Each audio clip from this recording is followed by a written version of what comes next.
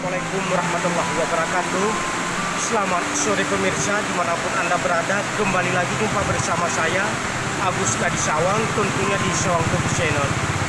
Pada saat ini Sawang Kopi Channel bersama tim sedang berada di Jembatan Mamas, Kecamatan Darul Hasanah, Kota Cane, Aceh Tenggara.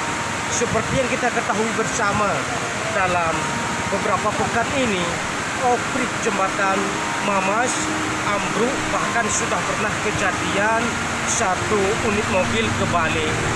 Harapan kami dari YouTuber Indonesia kepada pemerintah, kepada dinas terkait, segeralah memperbaiki oprik Jembatan Mamas ini yang terancam ambruk.